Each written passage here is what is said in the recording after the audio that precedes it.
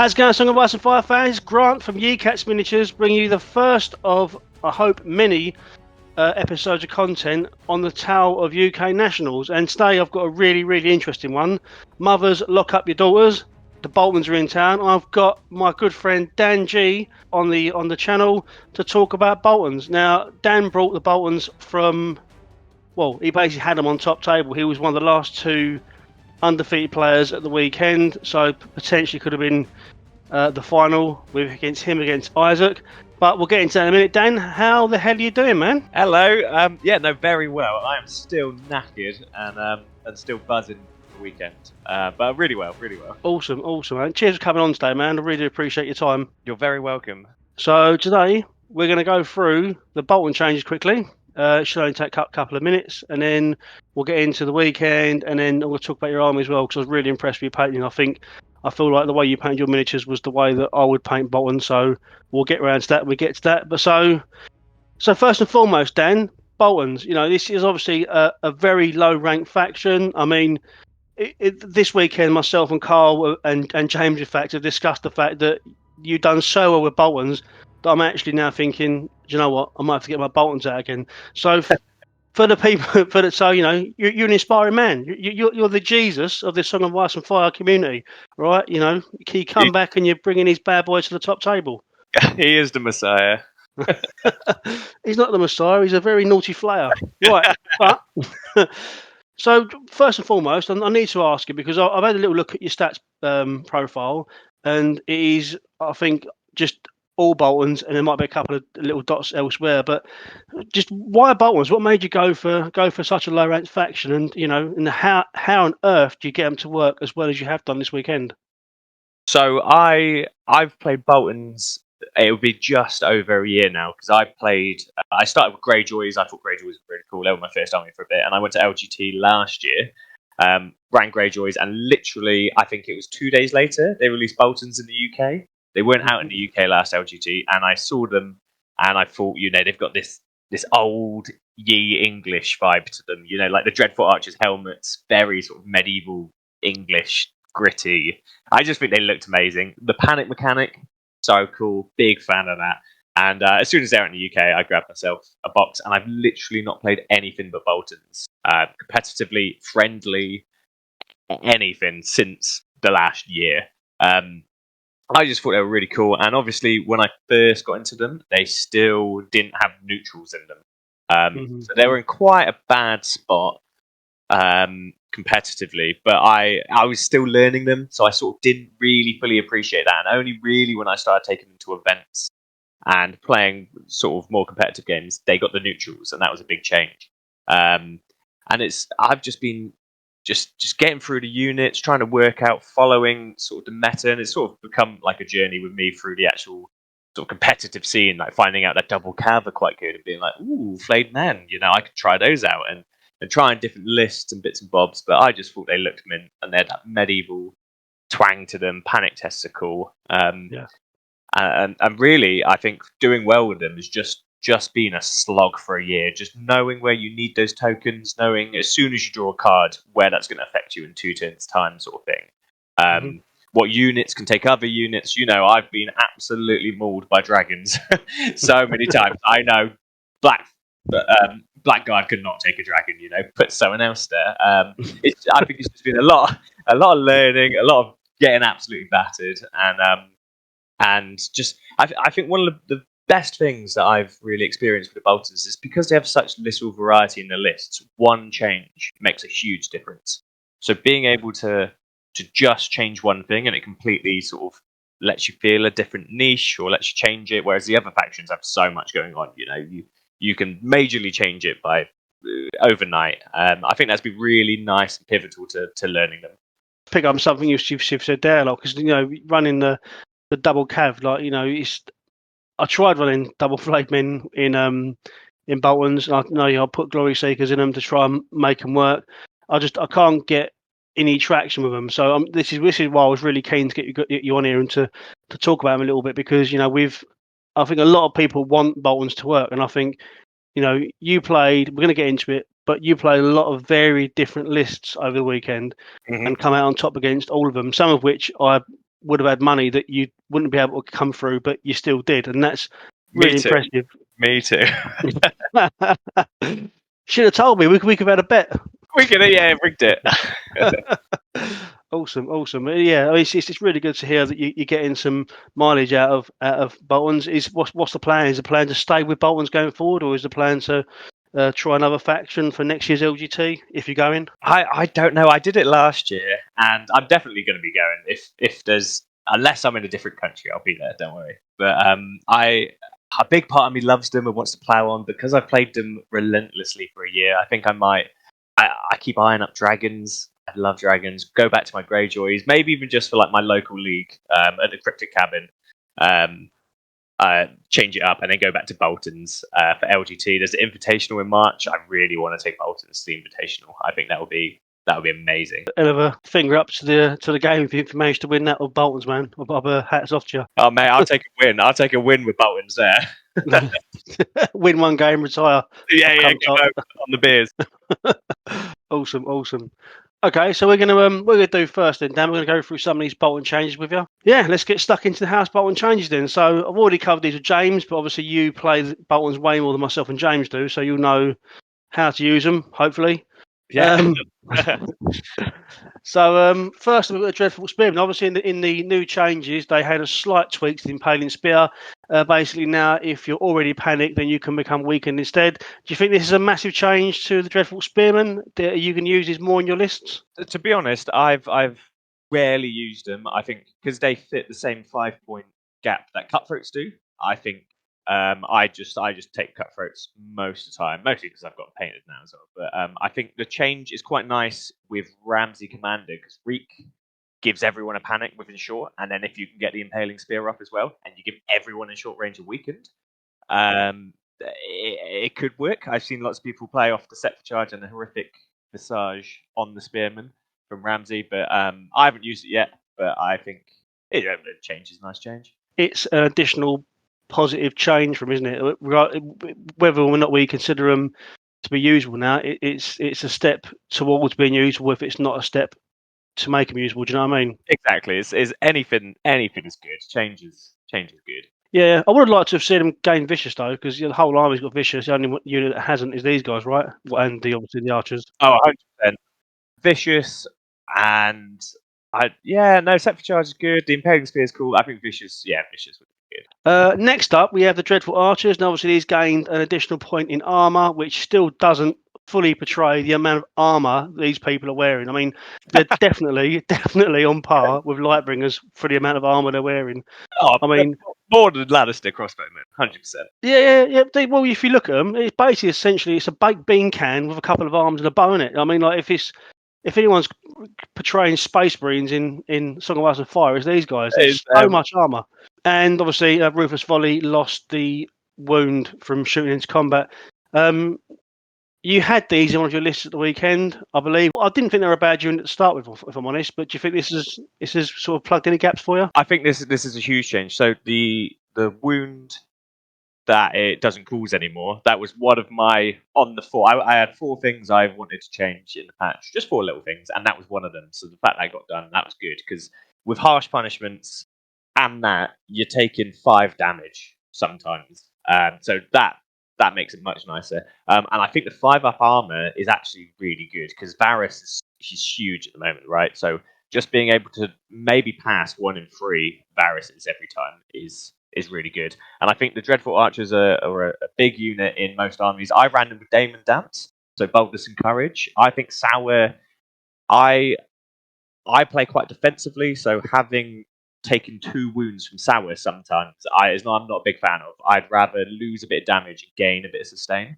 But getting the extra attack and then having a bit more sustainability with a 5-up armor, I think that's a really good change they did. Still think these could go to a 4+ armor save, and I know a 4+ armor save in this game is big, but I'm a massive fan of rules reflecting the miniatures as well.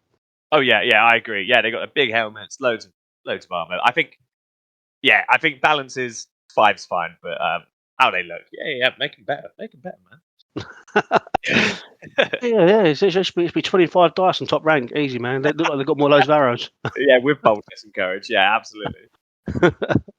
Awesome. Next up, we see changes to the two commanders, Ramsay Snow and Stillshanks Walton.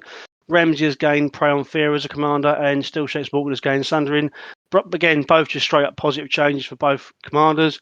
Prey on Fear obviously works really well with Horrific Visage as well, and Sundering is always a bonus. But yeah, how do you feel this changes the selection of these two commanders? I think so. We'll talk about it, but I took Ramsay Commander in one of my lists. I think the Prey on Fear change is really, really good. Like you just said, it pairs with Horrific Visage really well. But I also think the change to the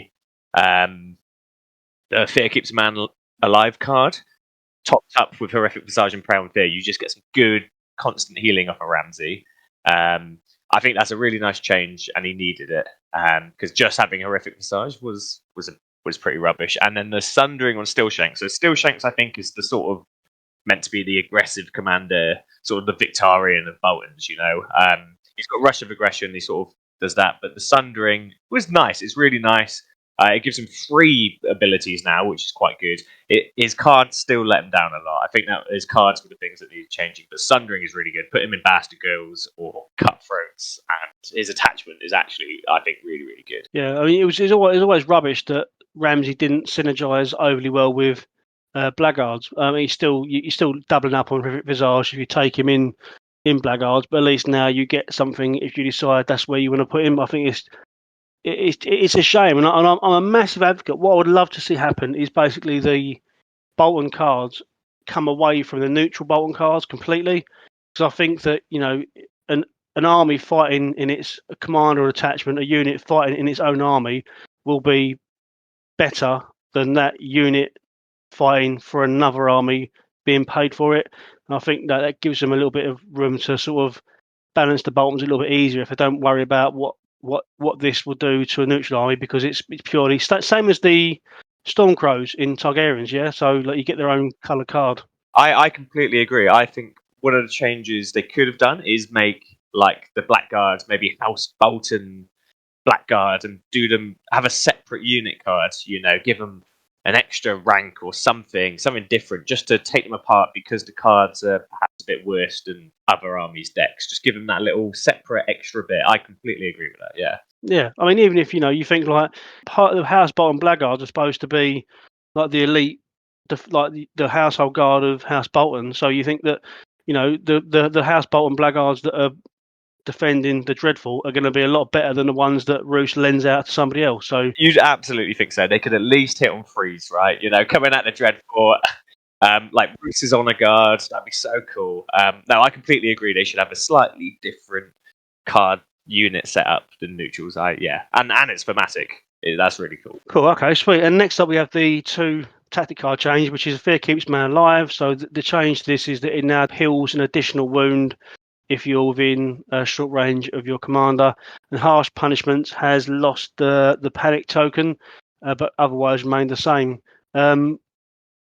Obviously, again, these are both positive changes. They both made them more beneficial cards to the Bolton player, shall we say.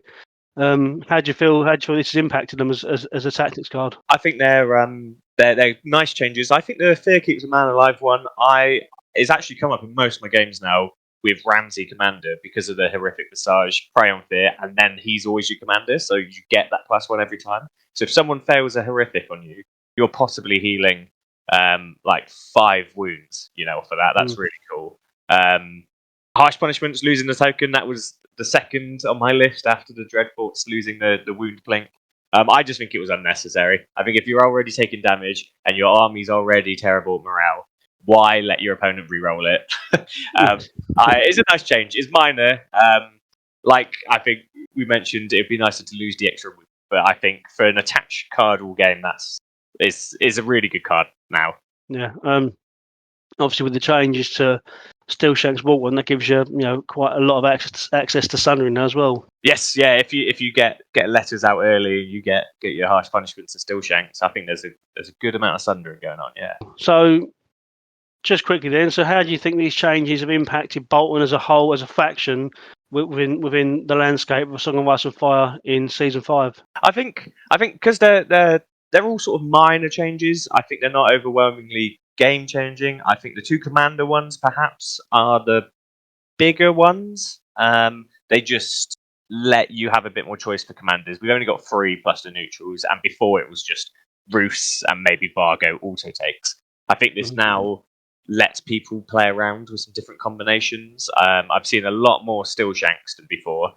People putting them in bastard girls and cutthroats. And I used Ramsey. I would never have used Ramsey before that change. So it's really nice. And I think the changes to the archers, they were already quite a staple in most people's unit. I think they're an auto lock almost for most lists. Okay, sweet. So that's the Bolton changes then. So we're going to move on now. We're going to talk a little bit about the weekend. So first off, man, how was your experience of the weekend? Did you enjoy it? Oh, mate, it was one of the best weekends of wargaming I think I've ever had. I think it was everything was good. You guys did such a good job at running it. I think the thing that really got me was when we came in day 2 and you guys had put the tape out for Here We Stand. It was like, God, you guys, you just mint. It was mint. And just I knew maybe 20 half of the song lot, so like good friends, people I've played before. This was actually my 5th LGT, so I did 40k 3 years. One of the years was that atrocious one at the Olympic Stadium, and I still loved it.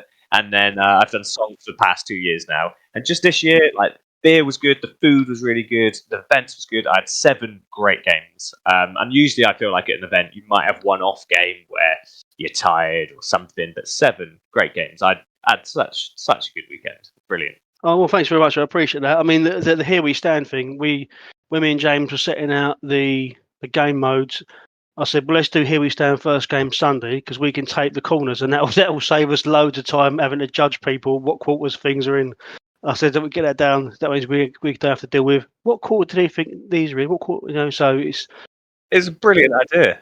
Yeah, well, cheers. I appreciate that. I do appreciate it. Yeah, just those little things that I appreciate being noticed. So that's really good. James is really good getting that all out in the morning. So I have to say the prize support as well. It wasn't just first, second, best painted, best sport. It was, everyone and best faction, loads of little spot prizes throughout the day, and spot prizes were really like thematic for the missions. I loved the mission 1. The first unit to die was called before I'd even deployed a unit. it was just you guys absolutely smashed out of the park. I've got my little best in faction Bolton's thing with my name written on it. It's brilliant. Awesome. Yeah, I mean, my favourite one was the last one with the first person to 10 victory points, and he got called. I think it was about an hour in. I was like, "Fucking hell!" How have you done that? Like, I've just set up the stream, ready to go, and you've scored 10 victory points, and now you've got to sit around for 3 hours and wait for the award ceremony. Oh yeah, poor guy. My last game was not that quick. God. Awesome. Well, I spoke to a couple of guys because throughout the tournament, I was sort of obviously walking around a little bit. I was trying to do a lot of streaming, but I have to stretch my legs, walk around, and plus I really enjoy the game. I love seeing it being played. So I walk around, and you did catch me a couple of times, man. You were so full of energy, like a little fucking Duracell bunny. Just it's good, man. It's good. That's the reason I do this, man. To see people having that much fun, and obviously when you got the top table, I was like, oh, fucking result. I'll get to film now. And high hand on heart, your battle report with Isaac is probably the one I watched the most because it's the most engaging because it just looks like it's fun. It's what the game is supposed to be. I know this is, especially between you and Isaac, that is high level competitive play, but also you're having fun, and that sometimes that high level competitive. So much fun. It was so much fun. Every game, all of it, and like I've played Isaac many times, and we always have a laugh, and it's I'm glad it was noticed. It was really fun, really relaxed, brilliant atmosphere, and being on the stream was it was excellent. It was a really good experience. So thanks for letting me on there. No, it's all right. You earned it. You got top table Boltons after game 6. You've earned it.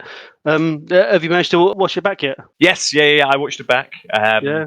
Mostly because all my mates at home, all my workmates who play and stuff, were berating me because they were watching it for my little mannerisms and things I said. So I went back and watched it, and a brilliant quality. It was great to see it from above. Like the little pivots, seeing it how it should be seen. I think was brilliant. Yeah, it was really good. Seeing the chat as well, seeing everyone in chat. like Bolton's. Yeah, it was really good. Really loved it. I think, yeah, I think what you said there is spot on because when you see it top down, I'll tell you what, I really noticed it because I've been streaming for a while now, but I really noticed it with Isaac because Isaac's unit positioning is incredible, and you Oh, can see from top down exactly how he's lining stuff up, and it's I think if you're going to play Isaac and try and beat him, I think you really need that view behind him on the wall so you can see exactly how he's lining stuff up. It's really, really good. he plays a different game, and to be able to see it, the shifts, the positioning from above, especially with his crossbow list, just seeing it from above, why you make these pivots to block charges or because you're going to get charged, it's just a really good view to see it. Yeah, definitely. Well, I'm glad you enjoyed it. Is there anything you sort of see in the video that you might have changed, you've done differently? You haven't got to say exactly the stuff, but is there anything you sort of thought, if I'd just done it that way, it might have been different? Or do you think you bought your A game and that was it? I think I had quite a good game. I think my dice were a little ropey for 2 rolls where I really needed it. I think I could have probably been a bit more cautious with my first unit of flayed men that got obliterated, but I think that was always the game I was going to play. I was always going to get obliterated, so it might as well be one half my army, not the whole thing. But nothing massive, I don't think. Cool. Okay. Well, I've got your lists up on screen now. I've got them side by side. I just want to sort of talk to you about your list pairing and the stuff you chose. So your first list was a Ramsey Snow Spiteful Wear commander list. You had him in unit of Cutthroats with Theon. You had 2 units of Flayed Men with Glory Seekers, a unit of Cutthroats with Grunt, and your NCUs were Shay, Roos, and Varys. Do you want to talk us through that list a little bit and what your idea behind that list is and what that plays well into? Yeah, so it's really that double cav sort of archetype. When I first took on Boltons, I didn't really know much about double cav. There were obviously Tully cav flying around, and then it progressively got Martell double cav sort of came, and then Lannister double cav came. So I sort of started playing with flayed men, and this was just before neutrals, so we didn't have the Glory Seekers, but I didn't have much luck with it, so I went away. And then neutrals came out, and the Glory Seekers they were so good for if you had the archers in there to sort of get to counteract the panics. So double flayed men Glory Seeker was a must, and then it was sort of fitting units around it. And I tried having sort of more elite units and dropping the Glory Seekers, and it didn't work. But the 2 cutthroats, the damage they put out was really good, but they get annihilated. So that's where the grunt comes in. Resilience. People want to charge cutthroats because they got 5 up save, 7 morale, right? So having resilience in there really helped. And then the commander was always difficult. So I always really ran Vargo. Vargo was my sort of go-to. I think quite a lot of the Bolton community like Vargo. He's got some good cards, and to be fair, his attachment actually makes him quite defensive because people don't want to engage them and get their attachments killed. So it's sort of a pseudo-defensive attachment in my mind. His cards are half decent, but I found because they rely off weakens, even with Shay and cruel methods and stuff, you'd always spend weakens on getting attacked. And I was really bad at sort of balancing that out with then having weakens for his cards and his ability. So when they did the change to Ramsey, and they gave him Prey on Fear, and they changed the healing card, I was all over that, because Ramsey's got 2 opportunist cards, so rerolls and precision if they haven't activated. So if you're taking swords, you're getting that. And then you've got a Blade to Sharp for rerolls and precision with a panic token. So having Ramsey and a Bruce NCU makes those 4 reroll cards on Glory Seeker Blade Men really good. And precision is like gold dust for Boltons. So having 4 cards that can give you that. I think Ramsey's token collection card is really good on cutthroats because Vicious doesn't quite cut it. So if you get the token collection out and you can be -4, your horrific Visage could be -5. That's amazing. And then his last one is the Fuel by Slaughter in a card, which is quite controversial because I think most people think Ramsey NCU is the best thing in Boltons, and I agree. But I was never good with using him. I'd always want to influence the wrong unit or something else, or if I was taking swords and influencing with him, I'd also need the weakened from Shay to get Vargo's abilities and cards off. So it just sort of melded together. If I didn't have to rely on Ramsey NCU, I could take Roos NCU, who I think is brilliant. Get panic tokens, which I think really makes the army jig. You get Reek Theon, more panic tokens. That really makes the army jig. Shay's great, and of course we can have Varys now as the only reactive thing in the Boltons. So that was sort of the idea, just to really just push these double cab through with all the cards, and then have sort of slightly defensive, slightly aggressive backfielders. I mean, I always struggle to use Boltons without Roos as an NCU. Because I always feel like I'm missing having him push out the panic tokens for me. Brilliant. A panic token, when you want it, increases your damage, healing. Everything comes from panic failure, so being able to just have that healing reliably, and changing a zone. Changing a zone when you've got 2 units with intimidating presence and a unit with prey on fear, it's really good. Oh, good. All right. Well, at least I'm doing something right then. So that's LGT. Here I come. LGT next year. Bolton's 1-2. Yeah, I couldn't believe the amount of Bolton's players that were there this weekend. Last year there was one. It was amazing. 4 of us, right? Yeah. Is it 4 or 5? I think you are. I think it's 4. You, Tom Tyler, Lucas, 3. And Constantinos, 4. Yeah, 4 people playing Boltons. Lovely. I've got to give a shout out to Tom, because he's like the godfather of Boltons. I'm gutted we didn't get to play each other. I've known Tom for a while now. He came to an event at the cabin, and we played last round there. And he's a lovely guy, brilliant player. And he playing his Boltons when they were neutrals before Boltons existed really made me love flayed men. And I'm gutted we didn't get to play. I'm glad we didn't get to play, because he would have handed my ass to me. So, yeah. He's a great player. He's been around the competitive scene a long time, isn't he? He's let's say with neutrals, free folk, whatever he picks up, he's good with. He's very methodical in his gameplay style. He knows everything. He knows all the cards for everyone's brilliant. He's brilliant. Yeah. 100%, 100%. Yep. We love you, Tom. So yeah, and the second list. So you had a Roose Bolton commander in Blackguards, Dreadful Archers with Damon Dance-Me, Bastard Girls with Ben Bones, Flayed Men, Vanilla, and Ramsay Snow, Jane Paul, and Lord Varys as NCUs. So do you want to talk us through why this is your second list and why it pairs well with the first list? Yeah, so it's what I call El Clasico, and I think most people, when Bolton's got released, sort of made this sort of list in their heads, and it is just sort of a standard Bolton list. You got a good defensive, good ranged, good cav unit. I think that it offsets the cavalry, because it's quite a defensive list. You sort of put the Blackguards in the middle somewhere, archers behind them, and then your Bastard Girls and your cavalry could be quite a fast threat to sort of flank. The 2 sort of decisions I had to make with this, which I think are quite different to maybe some people would run, is the first one really is Damon Dance for me. All 4 Bolton players, I think, who had Dreadful Archers at the LGT had 4 different attachments in there. I think most people run Sour Allen for the Sundering or the Crit Blow on a ranged unit that doesn't need line of sight. Like, it's so good. I just, like I sort of said earlier, I just don't like taking the 2 wounds if I take swords and they're not engaged or something like that. So getting the extra rank, and it lets me sort of throw them away a bit more if people get engaged with them or I mess up. It keeps them the rank higher. So I quite like that. And then the other choice was either having Gene Paul or a Glory Seeker and a Flayed Man. So when the neutrals first came out, I changed this list. I didn't run Gene. I run Glory Seeker.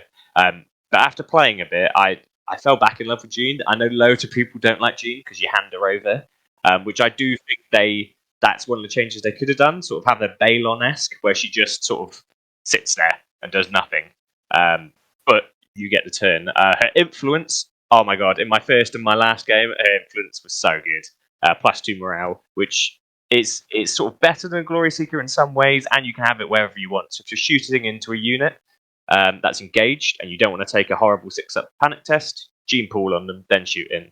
And being able to change that turn order is so clutch sometimes. I didn't even use it in one of my games. I think it was my game 5. It would have been Sunday morning. I didn't even use her ability to change the turn order, because I couldn't have given her away on Here We Stand. Yeah. But that's the list in a nutshell. I think Roos's cards are really good, just tokens on tokens on tokens, and it just works quite well.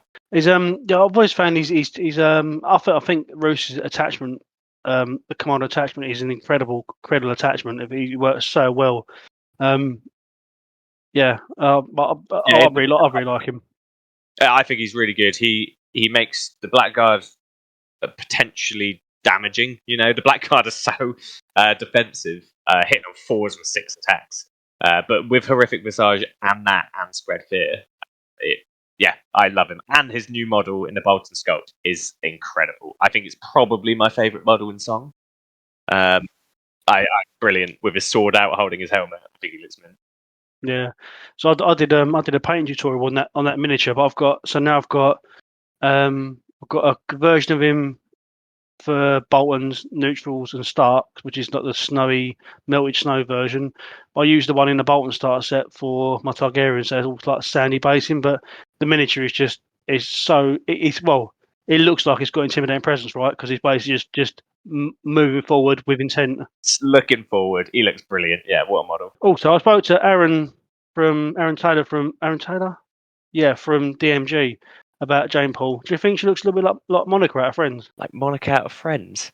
Oh, she That's what- does. Yeah, Yeah, okay. Yeah, you're right. Courtney Cox. Yeah, yeah.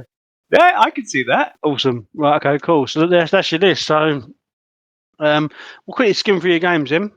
Yep. So first, for your first matchup was against Stefan against his Night's Watch. Yeah. Do you want to talk me through that game and you think about it? Obviously, the game mode was Game of Thrones. Do you want to talk us through why you chose your list, what your sort of your mindset was going into it, and did you stick to your game plan? So going into this, I need to give a shout out and a thanks to Chris Tamplin. So Chris played at LGT. He came 10th with Night's Watch. He's a brilliant player. He knows every rule, every game. But he took a double, what they call the giant crossbows, and we played four practice games, literally the week before LGT. And I never played Night's Watch, and he spanked me. And I started getting better and better. And then game 1, of course, I play double Siege Engine Night's Watch. So I need to thank him for knowing what the hell they do. But I immediately knew not to take double cav. He had one stone thrower and one of the big scorpion crossbows. So I knew I was taking Roos. And I think the game plan on Game of Thrones, I'd not played them on Game of Thrones, but I've got to say, Stefan was a lovely guy. He was a brilliant opponent round 1. It was great. But he set up 2 stakes in the corners, and immediately I could see he was being defensive and put in his siege engines, whichever side he had. So I marched my blackguard into the middle. My bastard girls went on one side to get the far objective. My flayed men got on the other side, and my archers took the back one. And by turn 3, he'd only just sort of come out, and he'd realised, like, I really need to get involved. And I didn't make a single charge the whole game. I didn't kill a single unit the whole game. I made one attack, which was after he charged me, and I attacked back because I had, I think, precision card. It was close. The last 2 turns of him shooting me with his siege engines, and I was just holding on for dear life. Gene Paul's influence really paid off that game. Just being able to put the influence onto my dreadful archers to counteract the vicious when he was shooting me off an objective at the back. It was brilliant, but I basically just took 3 objectives, tried to hold them for 3 turns, and live. And live. That's very similar. We interviewed Carlo last year after the LGT then, and he had his sort of reverse role really, because he had that he was running Night's Watch and he's playing against Call Me Sophie's Lannisters, and he said basically he knew that he was going to lose the game, so he just knew he had to basically take the objectives and lose as slowly as he could and hope to get to 10 or hope to get to round 6 in a winning position, which is what he did. So yeah, I totally get what you're saying there, which is the same thing. And I think a lot of people don't understand how devastating that vicious bolt thrower is. I think that it being vicious sometimes is so damaging, and way more damaging than so good. Yeah. So having Gene to just be like, it's a normal panic was really good, and the rock thrower into Blackguard. Oh god, that was it was awful. But clawed through. I think I won it by 2 points in the end. 2 points with zero points destroyed. Yeah, I literally just, and it felt really bad because he kept blocking bags with is it offal, the NCU, and shooting me with that. So I couldn't heal. I wasn't attacking anything to heal off my cards. So it really was skin of my teeth.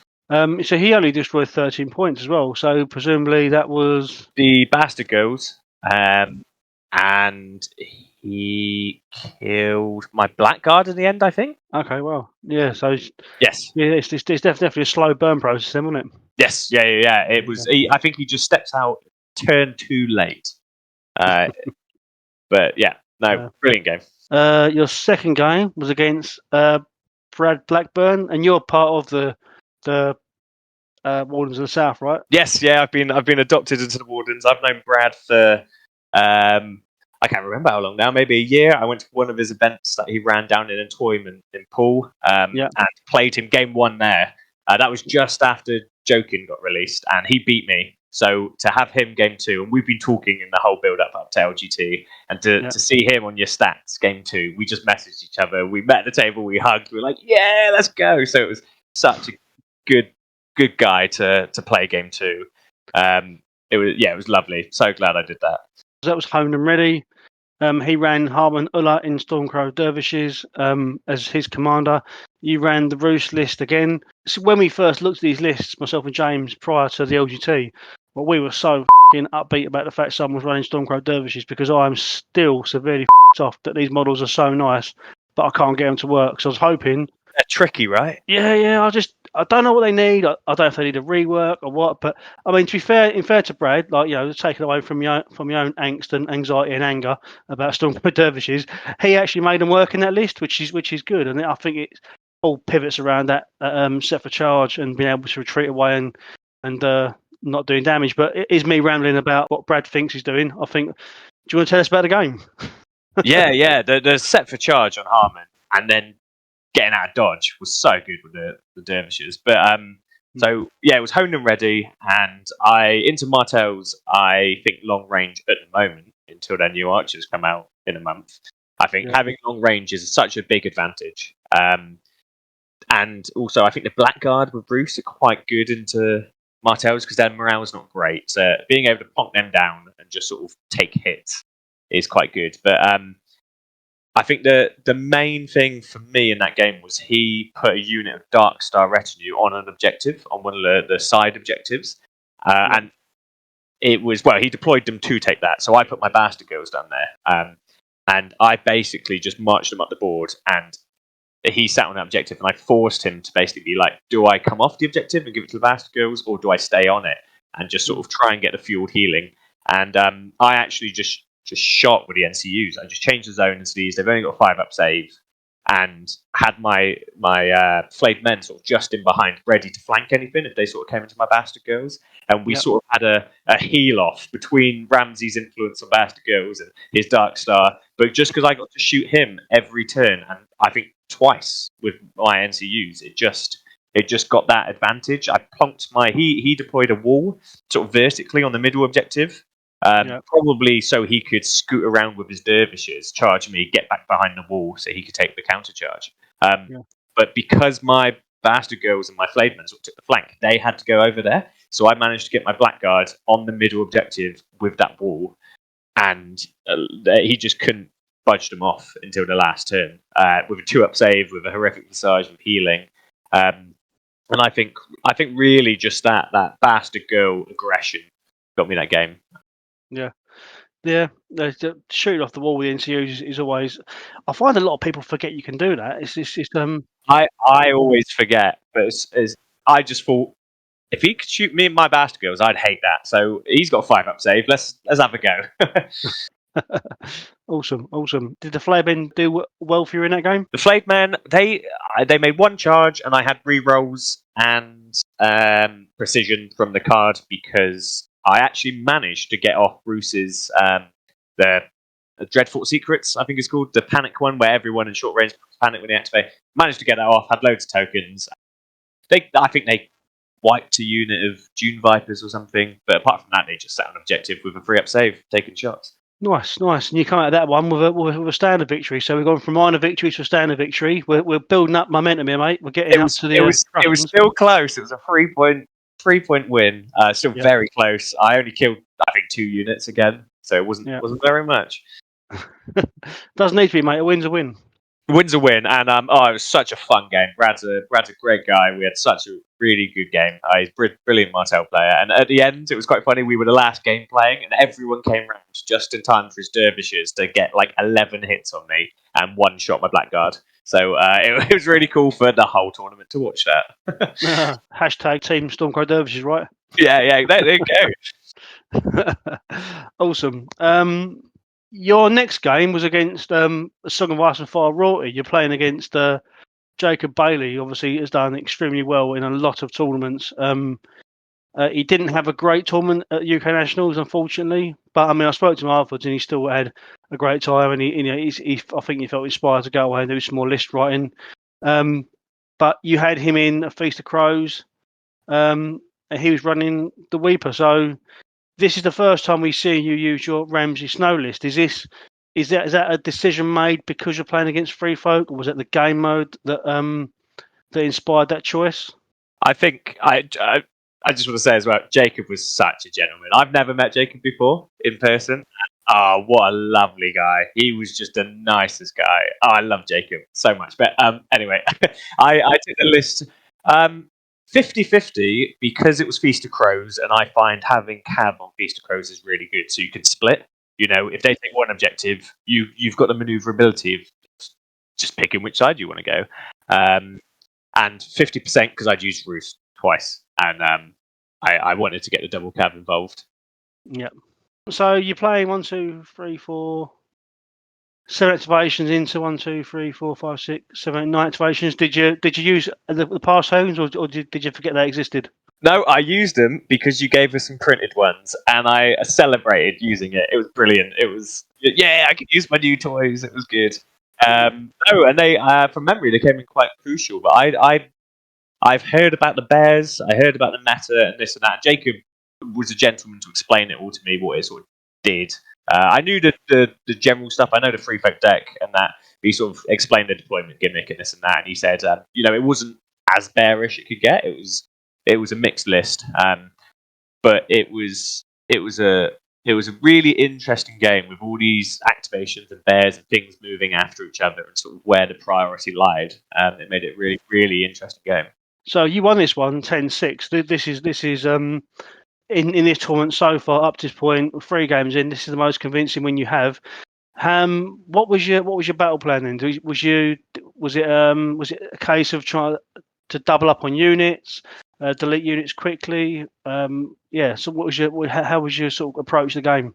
In my head, it was get both cutthroats onto the objectives as early as I can. One's got resilience and one's got prey on fear, horrific massage. So Free Folk sort of tend to not get on great with that. I know the boar and the bears can take it, but everything else sort of was struggle. I did exactly that. And then he sort of jumped into me, and we've sort of passed the objective about a bit. He put his, I can't remember what unit it was, the scary bone guys, right in the middle with his commander, and he sort of put them right in the centre, fairly out of the way of a flayed man. I think it was a 3-up charge, maybe. But it was on the corpse pile, and he sort of assumed between the panics and this and that, he'd survive. And I think he should have, but I charged him right down the middle. I played rerolls precision. I had precision crit blow. I think I rolled with the rerolls 6 out of 6 hits, 4 crit blows, 4 precisions, and then got a panic reroll to make it a 3-up, so a 4 damage. And I think I one-shot the unit. And I think that was really the swing of the game, because then my flayed men just sort of held back, and I could just sort of come in either side and help out the cutthroats. I think Ramsey got down to 1 model at one point, and then between horrific massage, prey on fear, token collection was so good. I think I drew both of them turn 1 from my first hand and 1 from letters. So having both of those sat on a corpse pile was just so good for getting the healing off. And I just sort of picked these little units off one by one. The cutthroats putting the vulnerable onto the bears just made fairly easy work when they were unactivated. It just sort of just one at a time until I out-activated and hit him. And 3-up saves, man. They're quite good into Free Folk. Yeah, definitely. Cool. And again, just a shout out to Jacob. He is a great player. He's a really nice bloke. After the event, he actually hung about and he said to us, Is there anything we can do? I said, no. So you've had a weekend of gaming. We'll pack away. He was, I've got nowhere to be. I live an hour away or a half hour away. I think he said. He said, if you need any help, and he helped us put away the chairs. And I had a good chat with him about the Oh, tournament afterwards. And again, I said it at the wall ceremony at the end, and I honestly mean it. Is that the people make the event. I sit there and I can press buttons. And I can secure prize pool where I can and come up with cool ideas to make the weekend great for you guys. But ultimately, it's people like yourself, people like Jacob that turn up and talk to me about the game and hang about and offer help and talk to me. We talk together like we're old friends. That's what makes the event worth doing. 100%. 100%. He really made the event for me. Actually meeting him, he was so lovely right until the end when I think he pushed through the crowd to sort of collect something, a spot prize or something, and he hugged me on the way back. And it's just what a lovely guy. And he's so knowledgeable about the game. Any cards I played, he'd say, "Oh, it used to do this used to do that, now it does this." And he's just brilliant guy. Yeah, 100%. Cool. Okay, so then we come to the end of the day now, so we're all getting a bit tired. We chose Winds of Winter as the last one for the last day because it does tend to overrun, and what I didn't want to happen was people to time out because it's a complicated game mode. So I figured we'd do that one last, and if people overrun, we'll give them the option to either they can carry on, or we call it short, and we call it as it is. But as it stood, we didn't have anyone overrun, so it was absolutely fine. You played against Jake very hard. When he signed in, I asked him if he felt he was very hard, and he said, "We shall see." And up to this point, he was. And then you beat him. But it was close, though, right? 10-10 oh my victory points. God.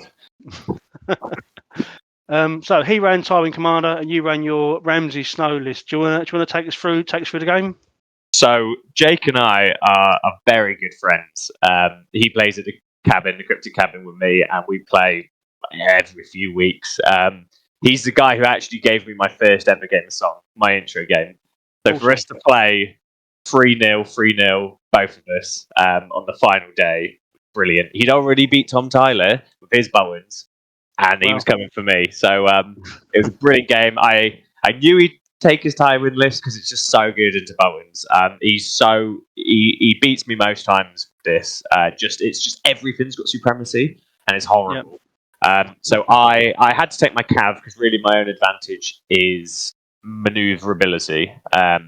Is to get around things, get in the side of his free up guardsman spam, and just trying to have it. The Dreadful Archers would just die to supremacy otherwise if I took that list. And to be honest, we were having so much fun and just bantering each other, and it was the end of the day. I can't really remember most of the game apart from the last turn. I can remember there were a few whiffs on my side. One of my flayed men made a 1 on a charge when I had Blades of Sharp into his guardsman in a forest, so I really needed the rerolls and the precision. There's a few other wild takes. Everything was weakened. It was horrible. But what it basically came down to the last turn, and I was sat on, I think, 3 objectives. He'd killed 1 unit of flayed men. I had 1 cutthroat on 1 wound, holding on to an objective. And I picked mission 12 last round, I want to say. And he charged a unit of full cutthroats in the middle with Tywin, and he basically just wanted to take me off that objective, so I didn't get that point. And he was weakened, but he had rerolls, and I think he played a card of some kind. He completely bounced. He didn't even do a wound to me. I got good rerolls, and I think I had 1 save, and I made it. My cutthroats then hit him back. I was weakened, but through the weakened, I think I got 6 out of 7 hits. With the vulnerable, I think I did 7 wounds. 7 hits, 7 wounds, and I think I killed him with a panic. He was a couple of wounds down, and that 1 point swung it to 10-10. Neither of us could see it coming because it had to be on the money. And then he'd only killed my flayed men with Glory Seekers, and I think I killed his Tywin and a unit guardsman, or Greg, maybe it was. I can't remember, and literally won by 2 points on the board. That was an insane game. I couldn't have had it with anyone better. Brilliant guy, brilliant player. Those games where it comes down to that close are some of the best games I've ever played. It's nice when you do get a crushing, but when you do get a game where it comes down to the very smallest of details, I think they're the best games because then it could have gone any way, any point during a game. It could have gone. It really started bad for me, and I'm glad I managed to claw it back. But yeah, I've never won or lost a game on points. It's always just been victory points. I've never had it that close. So it was brilliant to finish the day on that. We actually looked at his list prior to when we did the list unveilings, and it's a really interesting list. He's gone heavy on the Kingsguard, well, 2 Kingsguard attachments, which you barely ever see. So again, this is something that we noticed in this tournament, myself and James, that there's a lot of lists coming out that aren't your standard shelf lists, which is nice because then it makes the meta list a little less scary because you're not the meta lists aren't playing in to what they're expecting to play into, and I think that really does help shake the game up. Yeah, I completely agree. He loves those. I can't remember which one it is. I always forget, but one of them re-roll saves. Guardsman on a free up save, re-rolling. It's so good. And then the other one does wounds, and it's just like guardsmen don't do damage; they do supremacy and they do wounds, and it's just it's a really well made, put together list. And I know he's got a lot of success with it. But it was great to see all these cool units from everyone. You know, everyone brought cool stuff. Still well pleased the amount of Rainbow Guard that was on in the tournament. Rainbow Guard and Kingsguard, to be fair, like Joffrey with Kingsguard. There was 2 Rainbow Guards, right? Because my mate Tom, who really got me into Song, he's the guy at the cabin who runs all their events, the Song, does everything. He brought Rainbow Guard and he loves them. It's brilliant. And Orgmo ran them, didn't he? Yeah, Pascal. He's cool. So that was. How did you find Wins Winter at the end of the day? Because we were worried that it might fatigue out the tournament, but again, the reason was because we was hoping it was going to give you more time and people needed a little extra time to finish the game. I think that's I didn't even consider that, so I think that's great you did that last game. But I love wins. I think it's different. I think it's fun. I think you have to it adds a little bit more to list picking, not just what am I playing against. It's sort of like what cards could I get in my hand. It just it makes it a different game, and I really enjoy that. I think Dark Wings is a bit too much. I think the fact you can change the mission cards out and this and that. Wins is quite simple. I think you just pick a card each and go. Don't take swords. Don't take horses. Take objectives. You know, I really like the mission. I'm glad you enjoyed it. So that was so, you know, just these things that we tried this year. If they work, we'll continue to sort of roll with it. So that was game 1 done. Did you have a good? Did you stay on site or did you stay off site? I stayed on site for maybe another hour because a load of my mates were playing 40k, who we were going for dinner with. So we just went, had another beer, and mooched about seeing all the other game systems. Okay, so day 2, you come straight in and you're playing one of my good mates, Tom Sims from Chelmsford Bunker, and he's running his plug and play at most dice you'll ever need in a game is 4 giant list. And I've run Boltons into this list, and he's absolutely crucified me. So I was interested to see how you'd get on with these. Tom said he had an absolutely fucking amazing game. He really enjoyed it. He said you're a great laugh to play against. So I've heard the game from his perspective. You won 11-9. How did you do it? What was your game plan? Here we stand. Yeah. So I was looking at this. I think it was the night before when it must have got paired up or the everything. Yeah. And I was saying to everyone, I've lost. I've also lost. I played Tom again last LGT actually a year ago, and he ran Giants there. And it was fire and blood, and I managed to get the win because I was running Brain Dead Victorian and just Giants everywhere. But bringing Boltons into Giants was just on this mission as well. I just thought, this is over. But it's Tom, gonna have a great game. I'll just very quickly. Something really funny happened the night before. So we went for dinner, and we got back to the hotel at about 11:30, which my mate booked. Angus Patterson, he played Baratheons. And we got to the hotel, and he's like, "Oh, here's my booking." And they said, "Oh, we can't find it." Passed him the phone. "Oh, you booked that for last night, sir?" Fuck. So battered. He was fine. I was a few beers in. We drove all the way back to Bracknell for an hour and a half at midnight. Got home at like 1:45, and then drove all the way back in the morning. And then had to play this Giants game. God, but it was brilliant game. I echo what Tom said. My game plan going into it really was if I can get the bastard girls in one side of him, that would cause problems. Having the tokens and 10 dice, huge. So he deployed, as I thought he would, sort of 2 spear throwers in the middle, the 2 other giants in front of him, split down the tape down the middle, so he could easily take either side. And I basically put everything of mine in the middle, and then the bastard goes on the 18-inch right to one flank.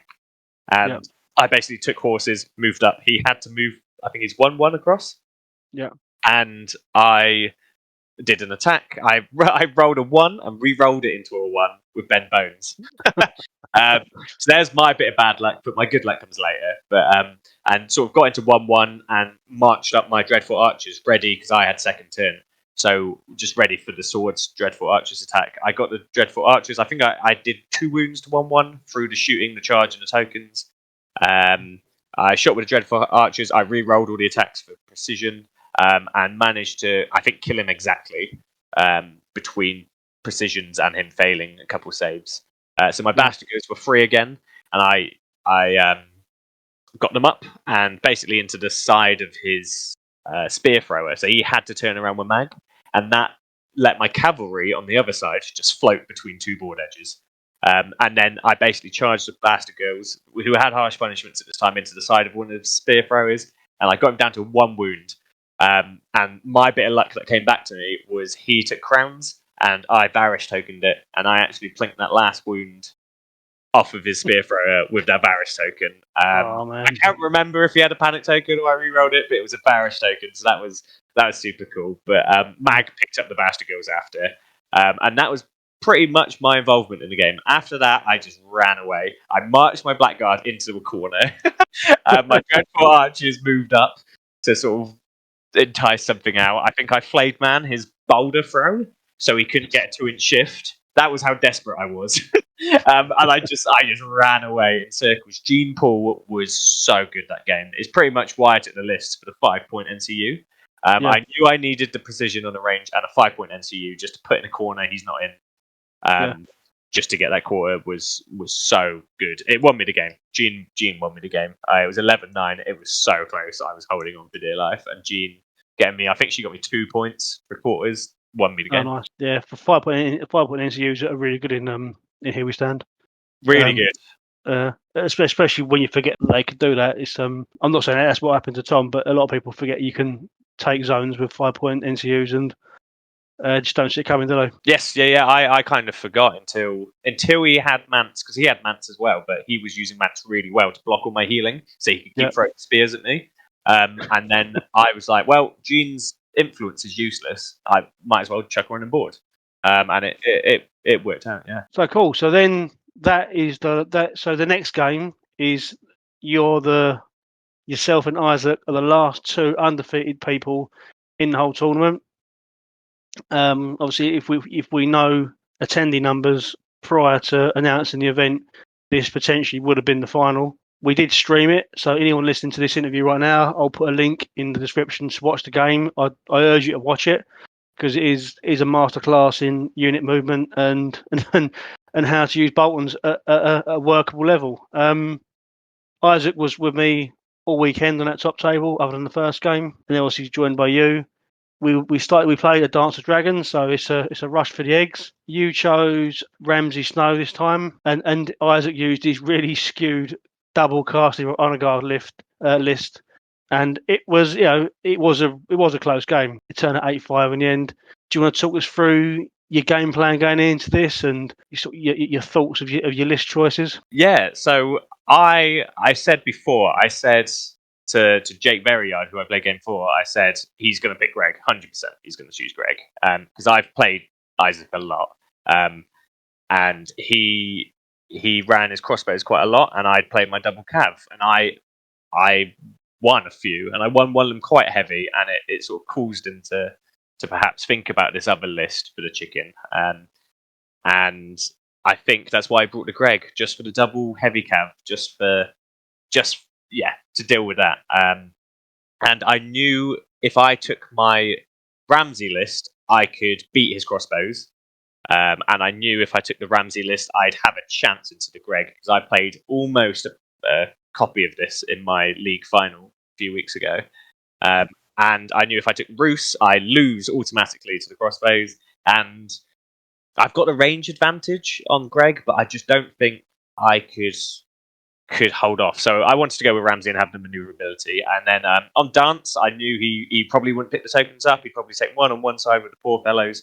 And my idea initially, you can see it on the stream, is I sort of split. Because I didn't want Greg to basically just march up and overrun into both my flayed men. So the idea was I split, and he'd have to go in one direction.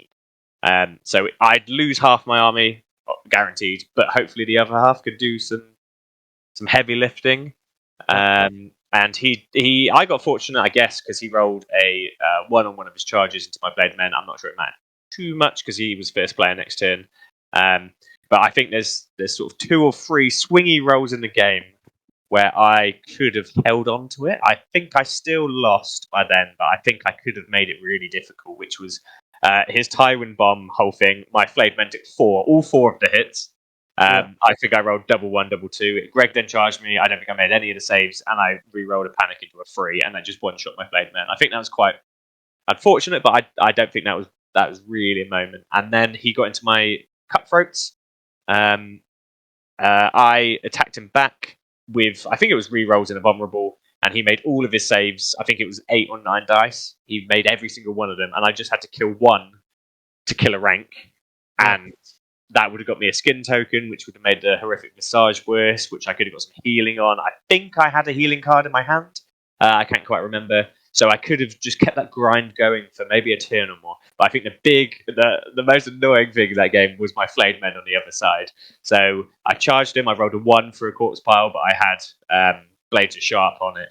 So I didn't get any rerolls or the precision. And these goddamn brigands held on to my 9-point flayed men for, I think it was 3 attacks, maybe. He passed 3 of his saves and 6s, and it was just my flayed men was just falling apart. But they'd served me so well in the games previous, it just had to happen. But I think if I killed those brigands maybe a turn earlier, I could have really threatened sort of the back of Sandor or the back of his poor fellows, and it sort of maybe makes a bit more of a game of it. And if combining that with the cutthroats with Ramsey staying alive for a bit. But it was a great game, and me and Isaac really wanted to play each other. We were hoping it was game 7, but I'm more than happy to go 5-0 and play game 6. There was loads of big swings in that game. As you say, the 3-6s was a big one. I mean, even when Isaac rolled them, he looked straight up and at me when he did it, because he knew I was watching the stream and I could see the bird's eye view of it. I was like, fuck. Oh God! It was it was fun. It's nice, and it was a nice game. I can't argue with that. But it was a really good game, mate. And again, if people listen to this now, definitely do check out the stream. It's really good. The whole end at the beginning, the energy of it is really, really good. I can watch it over and over again because Dan's energy is brilliant. And watching Isaac move the unit, watching Dan move his unit, so he's really a masterclass of how to play the game.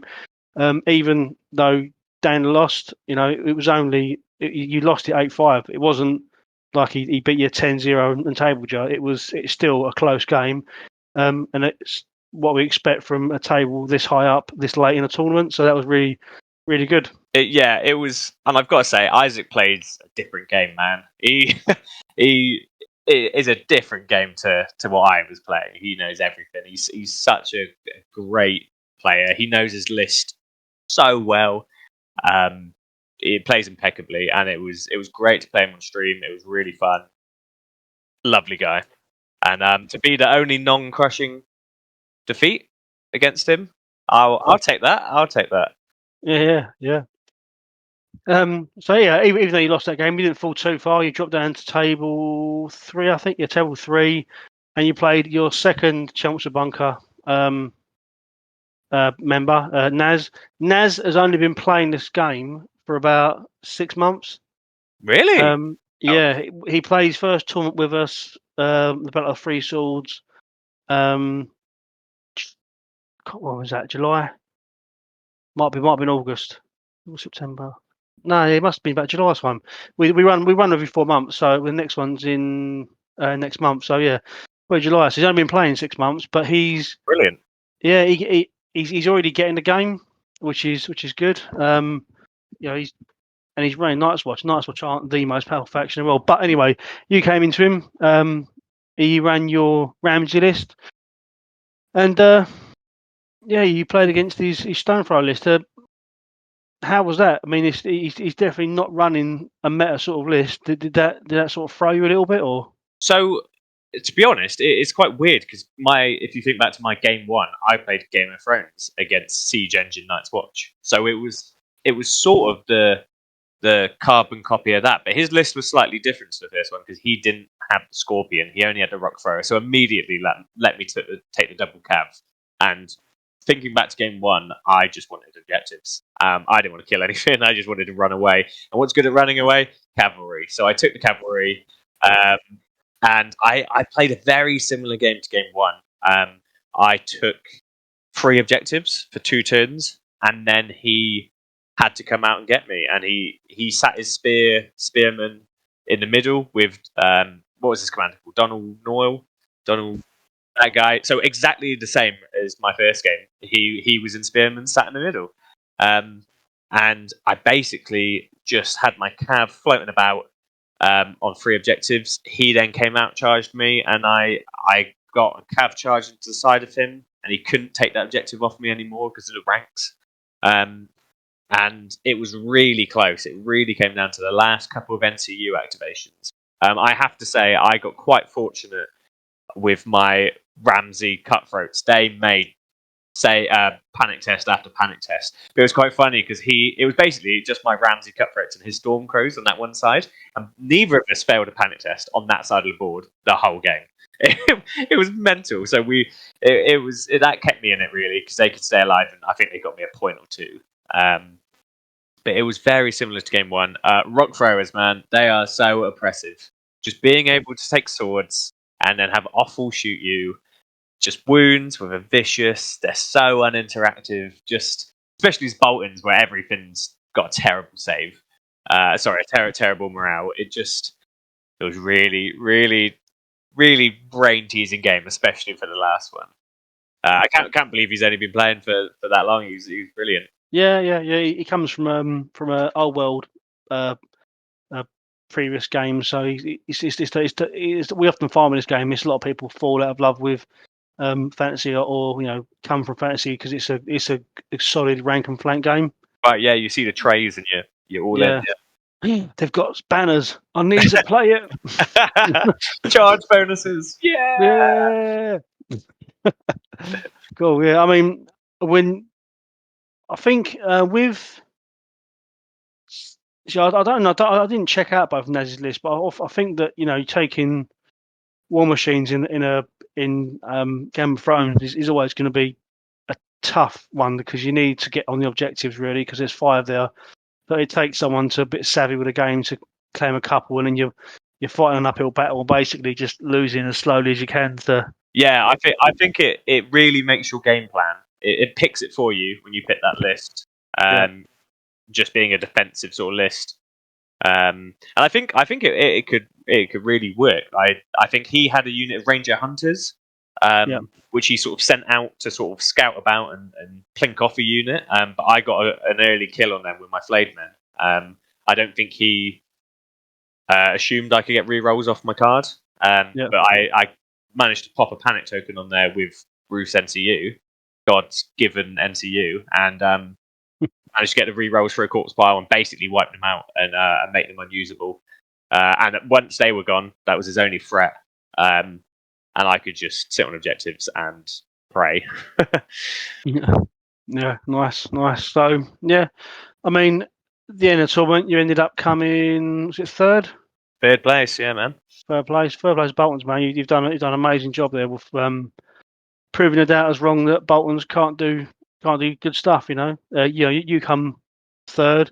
Tom Tyler comes 7th. So we've got 2 Boltons there in the top 10, showing that if piloted in the right way, they can. They've got traction. And as I said to you at the beginning, myself and Carl are really looking into playing Boltons again because we want. We've seen them used well now. That we want to do it and be looked upon with stargazed eyes like yourself and Tom. Hell yeah, do it, mate. They're so rewarding. They're so much fun because they've got these amazing combos.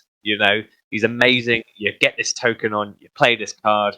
Playing Vargo, getting a 6 damage panic check. There's nothing that feels better than that in this game. They just they really get going when you get going, and they look amazing.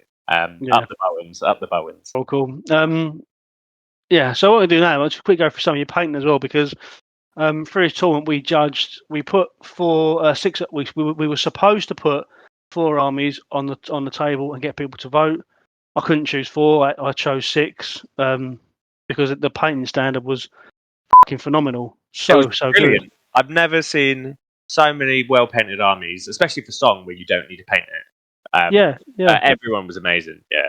Yeah, I mean, because that's the thing, see, because like I was saying on the social medias that the level of painting is incredible, but that's not to say it hasn't been in years past. What I meant to say really was that the amount of good painters, rather than in years past, you may have had 5 or 6 really good painters, but this for me it felt like we had probably half the tournament with people that are like complete hobbyists. I mean, there was a really nice Tully army that the painting on the shade that was entered into the single figure thing was so clean. It was unbelievably clean, and it was so hard to choose. So I chose 6. Yours was one of the 6. Like yours was one of the ones that I sort of walked past and didn't give it much attention. But on the second pass, I actually looked at it. And when I actually got down to eye level on it, it's awesome. It's how I would paint Boltons.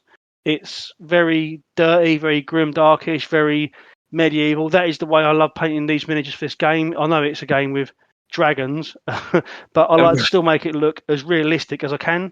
No, thank you very much. That's exactly what I go for. Just that grim, dark, they're northern, dirty, medieval Englishmen. Really, they that's exactly what I went for. Thank you very much. Yeah, I mean, even down to I don't always like blood on miniatures, but even the blood that you'd use wasn't to the point. It was too much. It was just a very faint splacken of it. It looked really good. So, what you gonna say? Sorry. No, I was going to say the blood was a big thing for me, because I agree. I think blood and models sometimes really awful, but I actually put it through an airbrush. So I just used the airbrush with air in it and got blood on the tip of a paintbrush and just blew it through that. Yeah. And just blew it off the paintbrush and at different distances, and it gives it that sort of thin, wispy, splattered pattern rather than like big blobs of it. But no, I'm really glad you picked up on that. That's thank you very much. Yeah. No. I mean, I've always I started making content as a painting channel. Like, so for me, like, I love the hobby is the main part of the game for me. I love the game. I love playing the game. But for me, like, if I'm painting an army, I'm never just painting it quickly to get on the table. For me, I want it to make it look as great as I can. I did some stuff for Greyjoys where they're running through water. That's going to take me forever to actually finish that. But for me, the hobby aspect is big for me. And when I actually got down to eye level on this army, it's incredible. I mean, there's no doubt in my mind that if you enter any more of my events, that at some point you're going to win best painted, and we're going to have to do another chat, unfortunately for you, mate. So, no, brilliant. I really appreciate that. I've spent quite a lot of time on them, but I'm renowned for not painting models. I ran Greyjoys for a year and I haven't painted a single model. And then I saw the Boltons. I loved them. I really wanted to make my own. I started working with oils maybe 2 years ago, and it completely changed my perception on how to paint armor, especially. So I think I spot on exactly what you said a minute ago. Like, until you get down to it really close, they just sort of look like dark, dingy. Sort of the pink I used was sort of really dark, and it doesn't really stand out. But when you really look, like, every bit of armor has oil drips down it, and verdigris in the corners. It's all really grim. Even like the horse legs are all sort of faint, and the dogs. The biggest brain melt for me was painting the dogs in the Bastard Girls, like how to get them just not brown, not looking bad. So I've done like different breeds of dogs. And no, I really enjoyed painting it. Little chinks all through the armors. And the snow, I really enjoyed debasing, actually, because I've not painted Song before this army. So being able to, I actually cut everything off the bases and did all the basing flat. So it's all melded together. And I sort of wanted this melted, snowy, slushy, icy look for the blood to sort of radiate off of. And that was so much fun. I used AK Interactive all their snow range for that, and it was brilliant, really fun to use. Yeah. I mean, the dogs stood out. I mean, I brought James around me while I was looking at for the best painting army and stuff, and the dogs really stood out because I said to you, even the reds on the more reddy browny dogs, it's not enough that it pulls it away from the rest of the unit. It still looks like it's part of the stale, makes it look earthy and part of the same unit, and that's really important for me because when you do like bright colours, it will pull you away from what the unit is trying to be as a visual. I'm so glad you've said that. I spent ages looking for that sort of reddy brown. There's a chestnut in, and it works perfect. It's the same as I used on the horses. It's just that enough colour, but not too much. Yeah. Yeah, definitely, mate. I mean, it looks absolutely stunning. I quite liked your NCU tray as well. We had the three things on the NCU tray, and I noticed it when you played against Isaac. You said, "Yeah, if he's not on the tray, I passed with him," and I quite like that. And I think I might steal the idea and make that a potentially an event entry piece going forward, like a little NCU stand, like 3D print it with some like flagstones on it. But I really like that idea. That's quite nice. Oh, good. Did you literally just cut the I movement tray down? literally took a hacksaw to a movement tray, and then filled in the front of it where you've got like the little divot for your fingers. Filled that in with green stuff, sanded it all down, Yeah. painted, varnished it all, and then did the basing like the rest of it. I really like it. I think that's one of my favourite little touches for the army. Yeah, it is nice, And very nice. as you said, has some gameplay. Yeah. It's really good gameplay. Yeah, I mean, what is so you say you paint with oils for this army? Is that you say you paint with oils? Yes, so I use a fair few oils. So I've also got a Raven Guard 40k army, and they're black, right? They're black and white, so really hard to work with. So I got into oils to sort of try and make it a bit grimier and better. And the main oils I use are Abtalang 101. Are they called Abtalang 501? They're a sort of miniature specific oil paint. They're not too expensive, and they're really, really good to use. And just playing about with oils on bits and bobs, and I've now got just addicted to it. They're fairly difficult to work with, I think, when you start, because they dry. They take ages to dry, and you can't really work onto them for a while if you're impatient. But they're brilliant. They just add that sort of matte, grimy, grim, dark feel to them, especially as washers. I use them mostly for washers, and then sort of a lot for technicals later. But really enjoy the oils. OJ uses oil as well. Well, I did an interview with him after he won last year's LGT painting. He's like, he swears by the oils, and I think I'm gonna have to look at him a bit more because people get some decent, yourself included, get really, really good stuff out of it. I mean, you James Paul, like James was basically telling me that the James Paul needed to win single miniature. I said, yes, fine, but it's not down to just being you to choose, James. You need to fucking put it out to vote. That's so funny because Jane was the last model I painted. Literally the night or two before LGT, I was like, how do I paint her? Like, how do I make just like some little woman in a pink robe look good? And then I spent quite a bit of time on the fur around the hood. And I think I like made her rosy cheeks maybe to make her look like she was freezing. But no, thanks very much. Yeah, I mean, I think you've done Courtney Cox proud there. Professional. Awesome. Yeah. Well, we won't talk about too much about your painting now, but I just wanted to put some images on screen for people to sort of look at as we talk about it. But there's no doubt in my mind if you come to some of the future events at some stage, you win best painting for that because it's a really nice paint job, mate. You've done really well, and it's very easy to look past this army for being as good as it is. And if you do see Dan about tournaments, do definitely take a look at the army because it's close up. It's absolutely phenomenal. Thank you very much. You're welcome, mate. You're welcome. Okay, dude. Well, that's we've done an hour and a half of talking, mate. I really do appreciate your time. I'm glad you had fun at the tournament. Thank you for talking to me about your miniatures and about your army selection. And hopefully, people, myself included, will take some stuff on board and actually get Bolton's work on the tabletop for them. Absolutely. I just always say, play what you love, not what's the best. I think running them for a year, getting to know them really well, and just loving how they look on the tabletop really helps me play them better. It sounds weird, but I do. But thanks for having me. Thank you very much for the event, for running it. I'll definitely be at another one soon. No, of course, mate. I'll be glad to have you there. Is there anything you'd like to add then before we draw it to a close? Not particularly. Just thank you to all my opponents. If any of you are listening, I had 7 brilliant games. I think the best event I've ever been to. You guys made it really special. Up the Boltons.